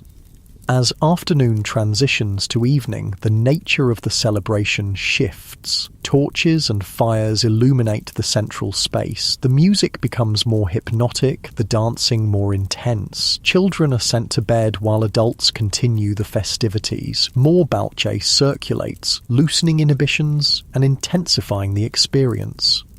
A special dance begins, men wearing jaguar pelts and deer antlers representing the animal spirits of the forest. They move with uncanny accuracy, capturing the stalking movement of the jaguar, the nervous alertness of the deer. The boundary between human and animal seems to blur in the firelight, the dancers becoming the spirits they portray. The shaman reappears, this time accompanied by assistants carrying bundles of copal incense. The sweet smoke fills the air as he moves through the crowd, stopping to speak quietly with certain individuals. When he reaches you, his painted face is solemn. "You walk between worlds," he says, his voice barely audible above the drums. "The gods have shown you what was and what may be. Tonight they may show you why." He presses something into your hand, a small mushroom with a reddish cap. "When the moon reaches its highest point," he instructs, "consume this sacred food of the gods, then go to the saber tree at the edge of the village and wait. They will find you there." Before you can ask questions, he moves on, continuing his circuit of the celebration. You look down at the mushroom in your palm, likely a psychedelic variety used in Maya shamanic practices. The idea of consuming it makes you nervous, yet you sense this may be a crucial part of understanding why you've been brought to this time and place. You tuck the mushroom into a small pouch at your waist and continue participating in the celebration. The food, music, and dancing provide welcome distraction from the decision that awaits you. You notice Ixchel watching you from time to time, her expression unreadable. Does she know what the shaman gave you? Is she concerned, or is this a normal part of Maya spiritual practice? As night deepens, you find yourself drawn to the edge of the celebration. The full moon has risen, casting silver light across the village and surrounding forest. The ancient saber tree stands silhouetted against the star-filled sky, its massive trunk and spreading branches connecting the underworld, the earth, and the heavens in Maya cosmology. With a deep breath, you take the mushroom from your pouch and consume it, the flavour earthy and slightly bitter. Then you make your way to the saber tree, finding a place to sit among its massive roots. The sounds of the celebration continue behind you, but seem increasingly distant as you focus on the tree, the moonlight, the star patterns overhead. Time passes. At first, nothing seems to change. Then gradually, subtly, your perception begins to shift. The moonlight appears more intense, the shadows deeper, the stars pulse gently, like living beings rather than distant suns. The bark of the saber tree seems to flow and ripple, patterns emerging and dissolving like water. The boundaries between you and the world around you begin to blur. A sound draws your attention. Soft footsteps approaching through the underbrush. Several figures emerge into the moonlight, their features indistinct. As they draw nearer, you see their Maya, but dressed in a style slightly different from your village. More elaborate headdresses, more jade ornaments, their faces painted with intricate patterns. One steps forward, a woman of indeterminate age, her bearing regal, her jade jewellery marking her as high nobility or perhaps royalty. When she speaks, her voice seems to come from everywhere at once. "The pattern seeker has arrived," she says. "The one who walks between worlds, the witness." The others murmur in agreement, circling around you. Your altered state makes it difficult to determine if these are physical beings or spirits, actual Maya nobles or entities from the supernatural realm. Perhaps the distinction is meaningless in this moment, this place. "You have seen what was and what will be," the woman continues. "Now you must understand why. The knowledge must return with you, must be preserved." "I don't understand," you manage to say, your voice sounding strange to your own ears. "Why have I been brought here?" Instead of answering directly, the woman gestures and the scene around you changes. The saber tree remains, but the village is gone. In its place, you see a vast Maya city, pyramids rising above the jungle canopy, plazas paved with limestone, temples and palaces decorated with elaborate carvings and brilliant paint. People fill the streets and public spaces, nobles in jaguar pelts and quetzal feathers, warriors with obsidian-edged weapons, merchants with exotic goods, farmers bringing produce to market, children playing ball games in smaller courts. "Behold Tikal at the height of its power," the woman says. 200,000 people living in harmony with the gods and each other. The scene shifts again. The same city, but changed. Buildings showing signs of neglect. Fewer people in the plazas, fields looking parched and struggling. The brilliance has dimmed, the energy diminished. "The balance begins to fail," one of the other figures says, a man wearing the headdress of a high priest. Too many people, too little rain, the soil exhausted by constant planting, the forest cut back farther each year. Another shift. Now the city looks abandoned, vegetation reclaiming the plazas, roofs collapsed, the once vibrant paint faded and peeling. A few people remain, living among the ruins, but the great civilization is clearly gone. The lords fought among themselves, a warrior figure explains. Each city trying to control more resources as they became scarcer, old alliances broken, trade routes disrupted, knowledge lost as scribes and priests fled or were killed. Could nothing have prevented this, you ask? Your heart heavy with the weight of witnessing a civilization's end? The noble woman steps closer, her eyes reflecting the moonlight. The signs were there, the warnings clear to those who could read them, but the lords were consumed by their rivalries, the priests by their calendrical prophecies. The common people followed their leaders, trusting in their divine connection to the gods. By the time the truth could no longer be denied, it was too late, the priest adds. The system was too fragile, too dependent on perfect balance. When multiple pressures came together, drought, soil depletion, political conflict, disrupted trade, the center could not hold. "Why show me this?" you ask. "I can't change what happened to your civilization." The woman's expression softens. "No, but you can bear witness. You can take this knowledge back to your world. The patterns repeat. Civilizations rise and fall for similar reasons. Perhaps your people will recognize the signs earlier, adapt more quickly, avoid our fate." You begin to understand. You're not here by accident, but as an observer, a carrier of knowledge across time. These beings, whether actual Maya spirits or manifestations of your own consciousness interacting with historical information, are using you as a bridge between worlds. The mushroom's effects intensify. The figures around you seem to glow within a light. The saber tree pulses like a living heart. The stars wheel overhead, marking the passage of time in great sweeping arcs. You feel simultaneously tiny and vast, a momentary consciousness and an eternal awareness. The noble woman places her hands on either side of your face. Her touch feels cool, almost insubstantial. "Remember," she whispers. "Remember all you have seen, all you have felt, all you have learned. Carry it back with you when you return." "When will that be?" you ask, suddenly afraid that you might be trapped in this ancient time forever. "Soon," she says, her form beginning to fade. The cycle completes, the pattern closes. You have seen what you needed to see. The figures recede, blending with the shadows under the ceiba tree, until you can no longer distinguish them from the darkness. The intensified perceptions begin to gradually normalize, the stars becoming fixed points again, the tree bark solid rather than flowing, the boundaries of your body distinct once more. You sit beneath the ceiba tree for what feels like hours, integrating the experience, letting the mushroom's effects slowly diminish. The celebration in the village has quieted, most people having returned to their homes to sleep. Only a few fires still burn in the central area, attended by elders telling stories to whoever remains awake to listen.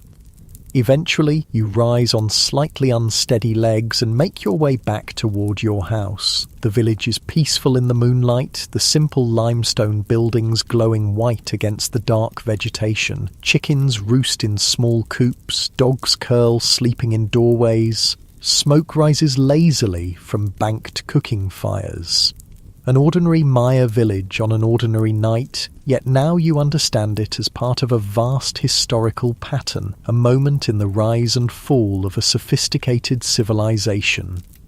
Ixchel is waiting in your house, sitting by a small fire. She looks up as you enter, her expression revealing that she knows where you've been, what you've experienced. "The gods spoke to you," she says. "It's not a question." You nod, settling onto a mat near the fire. Your body feels heavy, your mind simultaneously expanded and exhausted. The mushroom's direct effects have mostly faded, but a profound shift in perception remains, as if you're seeing everything from a greater distance, with both more clarity and more compassion. "They showed me the future of the Maya world," you tell her. "Cities abandoned, the great civilization fallen." Ixchel nods slowly. "Such visions have come to others. The Daykeepers speak of challenging times ahead, of the need to prepare, to adapt, but few listen. Life continues, as it always has, planting and harvesting, celebrating and mourning, living according to the rhythms set by our ancestors. Can nothing change what's coming, you ask? She pokes at the fire with a stick, sending sparks upward. The future is like water. It follows the path of least resistance, but can be channeled with sufficient effort. Perhaps some communities will find ways to survive, to preserve knowledge, to adapt to changing conditions. Others will cling to old ways until it's too late. This is the pattern of all civilizations, is it not? Her wisdom surprises you, though it shouldn't. The Maya weren't primitive people, but sophisticated thinkers who understood ecological relationships, astronomical cycles, and human nature. Some may have recognized the warning signs of their civilization's overextension, but lacked the collective will or centralized authority to implement large-scale solutions. You sit in contemplative silence with Ixchel as the fire burns lower. Your body grows increasingly heavy, the combination of the festival's exertions, the mushroom's effects, and the emotional weight of your vision leaving you profoundly tired. Your eyelids droop, your breathing slows. Ixchel helps you to your sleeping mat, placing a light cotton blanket over you despite the warm night. "Rest now," she says softly. "Your spirit has travelled far tonight. Sleep will help you integrate what you've learned." As you sink into the mat, feeling the familiar texture of woven reeds against your skin, a thought surfaces from the depths of your consciousness. Is this your last night in the ancient Maya world? Has the purpose of your mysterious journey been fulfilled? Will you wake tomorrow in your own time or continue to experience life among these people who lived and died centuries before your birth? The The questions dissolve as sleep approaches. Your muscles relax completely, surrendering to exhaustion. Your breathing deepens, finds its natural rhythm. The sounds of the night forest, insects, frogs, distant howler monkeys create a living lullaby that carries you toward unconsciousness. Your last aware thought is of the ceiba tree, its roots reaching into the underworld, its trunk anchored in the world of humans, its branches stretching toward the realm of gods and ancestors, connecting all levels of existence just as you now connect past and present, their civilization and your own. In this connection perhaps lies wisdom that transcends the rise and fall of particular human societies. Sleep claims you fully, drawing you down into profound stillness. Your body becomes heavy, immobile. Your mind quiets, thoughts slowing until they cease altogether. Only the gentle rise and fall of your chest marks the continuing journey of your consciousness through time, through worlds, through the eternal patterns of existence. You awaken to the sound of rain, not the violent downpour of a storm, but the gentle, persistent patter of steady rainfall on the thatched roof above. The light filtering through the doorway is soft and diffuse, suggesting early morning beneath overcast skies. For a moment, you lie perfectly still, trying to determine where and when you are. The familiar weight of the jade pendant rests against your chest, the earthy scent of the packed dirt floor, dampened slightly by the humid air, fills your nostrils. The texture of the reed mat beneath you has left temporary impressions on your skin. You're still here, still in the ancient Maya world, at least for now. Sitting up slowly, you notice you're alone in the limestone house. Ixchel must have risen earlier and left you to sleep. Your body feels different again. Neither the initial unfamiliarity of your first awakening nor the sun-strengthened form after the 3-month time jump. Instead, there's a peculiar lightness, as if you're somehow less substantial, less firmly anchored in this time and place. You rise and move to the doorway, pushing aside the fabric covering. Outside, the village is quiet, the rain having driven most people indoors. A few children splash in puddles, their brown bodies glistening with moisture, their laughter carrying across the open area between houses.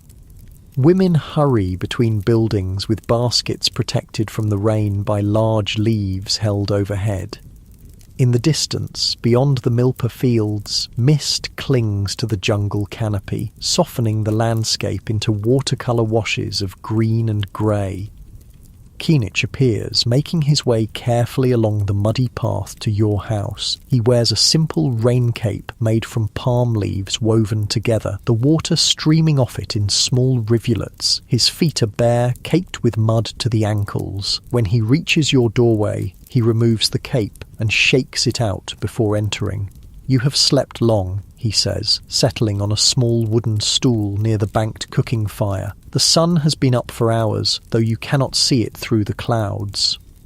"I had powerful dreams," you tell him, remembering the visionary experience beneath the ceiba tree, unsure how much was mushroom-induced and how much was genuine contact with something beyond ordinary consciousness. Keenich nods. The sacred mushroom opens doorways between worlds. What seems like dreams may be more real than our waking life. He studies your face carefully. Something has changed. Your spirit sits differently in your body now, lighter, more ready for flight. His perception confirms your own sense of decreasing solidity in this world. Are you beginning to return to your own time? The thought brings mixed emotions, eagerness to return to the familiar, sadness at leaving these people who have become friends, anxiety about carrying the knowledge you've gained back to a world that might not understand or value it. "The rain will continue all day," Keenich says, changing the subject. "A good day for stories and indoor work. Come, Ixchel has prepared a meal at my house. My grandchildren wish to hear tales of the ancient ones, of the hero twins and the creation of the world. Perhaps you would join us?" You follow him through the rain to his house, slightly larger than yours, with elaborate woven mats covering the floor and walls decorated with painted symbols. Inside, several generations of his family have gathered. Ixchel, who seems to be his daughter or daughter-in-law, several younger adults who must be his children, and a handful of children ranging from toddlers to adolescents. All look up with interest as you enter. A meal is spread on a large woven mat in the centre. Corn tamales, a stew of beans and chilies, sliced papaya and other tropical fruits. The family makes space for you in their circle, and Ixchel hands you a gourd plate filled with food. The atmosphere is warm and intimate, a family sheltering from the rain, sharing sustenance and stories. As you eat, Kainich begins to tell stories, not in the formal style of priests reciting sacred texts, but in the comfortable manner of an elder sharing wisdom with younger generations. He tells of the creation of the world, how the gods attempted 3 times to make beings who would worship them properly, first from mud, then from wood, and finally from maize, creating the true humans. He describes the adventures of the hero twins, Hunahpu and Exbalanque, who descended to the underworld, defeated the lords of death through cleverness and courage, and became the sun and moon. The children listen with rapt attention, though they've clearly heard these stories before. They interrupt occasionally with questions or to request favourite parts. The adults listen too, their faces reflecting the comfort of familiar narratives that connect them to their ancestors and explain their place in the cosmos. You realise these oral traditions are how the Maya preserve and transmit their cultural knowledge. Even though they have a sophisticated writing system, most people are not literate. Stories told around cooking fires during rain delays in agricultural work as part of ceremonies and celebrations. These are the primary vehicles of cultural continuity for ordinary Maya. After the meal and stories, the day settles into quiet indoor activities. Women weave or sew by the doorway where light is strongest. Men carve wood or repair tools. Children play quiet games with clay figurines or practice useful skills like weaving simple baskets. The steady rhythm of rain on the thatched roof creates a soothing backdrop to these domestic activities. You help where you can, but mostly observe, aware that your time here may be limited. You notice details you might have missed before, how the Maya waste almost nothing, finding uses for every part of the plants and animals they harvest, how they teach children through patient example rather than formal instruction, how they move through their world with an awareness of its spiritual dimensions, pausing to acknowledge the divine in ordinary moments. As afternoon fades toward evening, the rain finally stops. Sunlight breaks through the clouds briefly before sunset, turning the wet landscape golden. People emerge from their houses, stretching and breathing deeply of the rain-cleansed air. Children immediately resume splashing in puddles. Women gather to collect fresh rainwater from large vessels placed to catch the runoff from thatched roofs. Men assess any damage from the day-long downpour, repairing minor issues with paths or drainage channels. Kainich invites you to walk with him to the edge of the village. The path is muddy, every step creating a satisfying squelch as your feet sink slightly into the soft earth. Water drips from leaves and branches overhead, occasionally landing with cool precision on your head or shoulders. The forest smells intensely alive. The rich aroma of damp soil, the green scent of vegetation, the subtle perfume of flowers coaxed open by the rain. You reach the ceiba tree where you had your visionary experience. In the last light of day, with water droplets clinging to its massive trunk and hanging from its branches like tiny crystals, it seems even more magnificent, a living axis connecting worlds, its roots reaching deep into the underworld, its crown extending toward the heavens. "You will leave us soon," Kainich says quietly, his statement surprising you with its directness. "Your spirit grows lighter with each passing hour. By morning I think you will have returned to your own world." How can you know this, you ask, though you sense the truth in his words? He smiles, the last sunlight catching the cloudy film over his eyes, making them seem to glow from within. I have walked with the gods in visions. I have seen the patterns of time and space. Your presence here has always been temporary, a visitor from another world, another time, brought here to witness, to learn, to understand.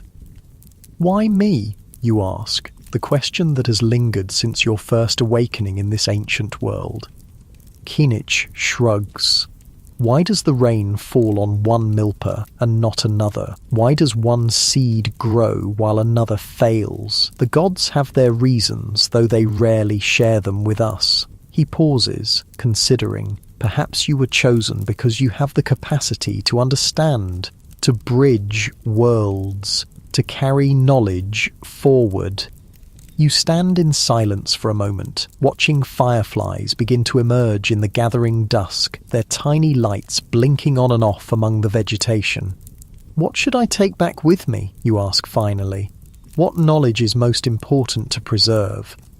Kinich leans on his walking stick, his weathered face thoughtful. Remember that we were not simple people. We understood mathematics, astronomy, architecture, agriculture, art and writing. We created beauty and knowledge that endured for thousands of years. His voice grows more solemn. But also remember our failures, how even with all our wisdom, we could not overcome the combined challenges of drought, soil depletion, overpopulation and political conflict. He reaches out to touch the massive trunk of the ceiba tree, his palm flat against the rough bark. Most importantly, remember that all things exist in cycles, seasons, human lives, civilizations. Growth is followed by decline, which is followed by renewal in new forms. Death is not an ending but a transformation. This is the deepest wisdom of our people.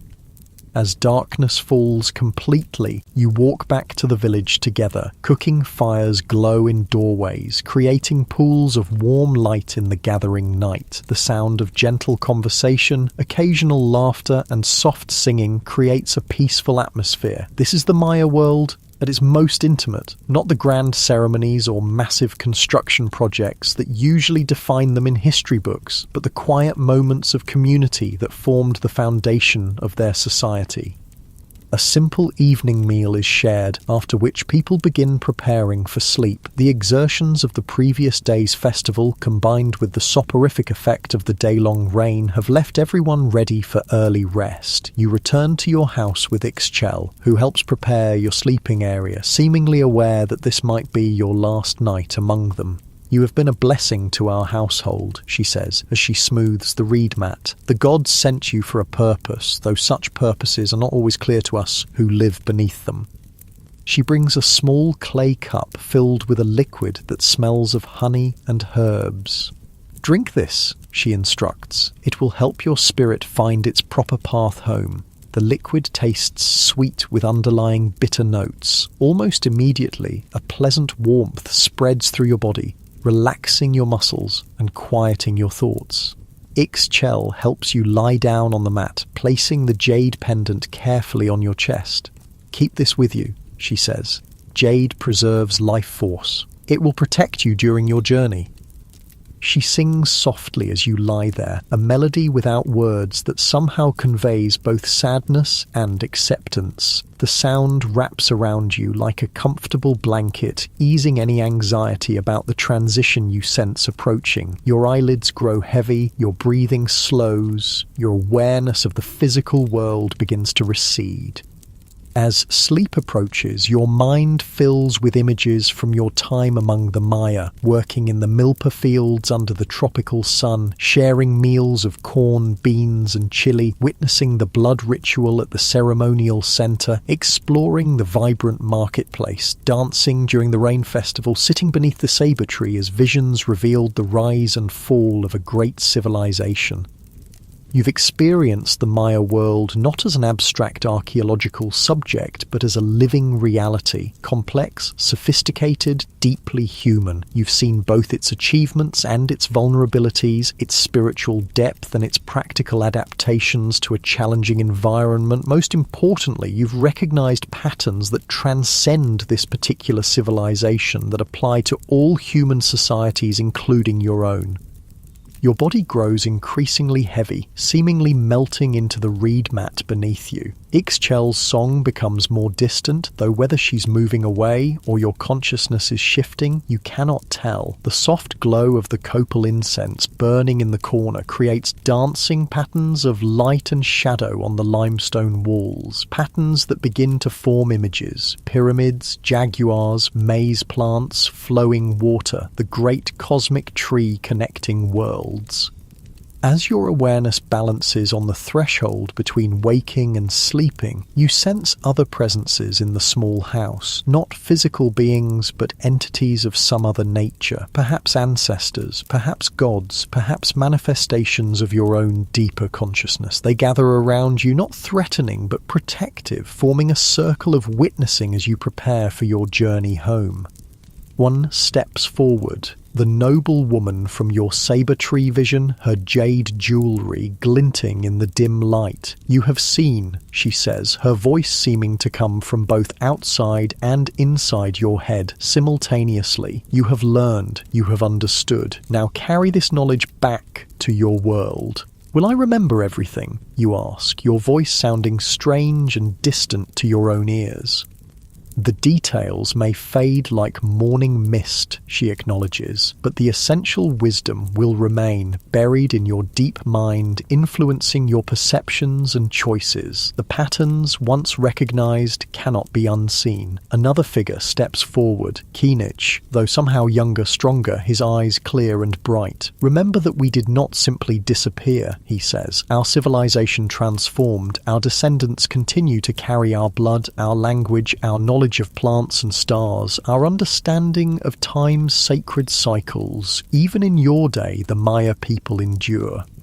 This perspective shifts your understanding. The collapse of Maya civilization wasn't a complete end, but a transformation, a decentralization, a return to smaller-scale living, an adaptation to changing conditions. While the great cities were abandoned and the complex political systems disintegrated, the people themselves continued preserving core elements of their culture through centuries of challenge and change.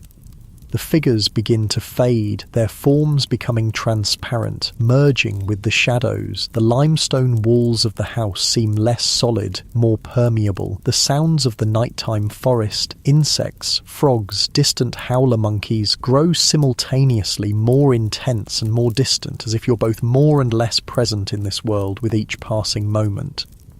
Your body now feels impossibly heavy and strangely weightless at the same time. The jade pendant on your chest pulses with warmth, its energy spreading through your body in waves that synchronize with your heartbeat. Your breathing slows further, becoming so deep and regular that each inhalation seems to draw in not just air, but time itself, each exhalation releasing you gradually from this ancient world. As consciousness fades, one final image forms in your mind. The great Maya city of Tikal, as it once was, vibrant with life, its white limestone buildings gleaming in tropical sunlight, its plazas filled with people, its temples reaching toward the sky. Then the image shifts, showing the same city reclaimed by jungle, its structures partially hidden by vegetation, monkeys and toucans inhabiting spaces once filled with human activity.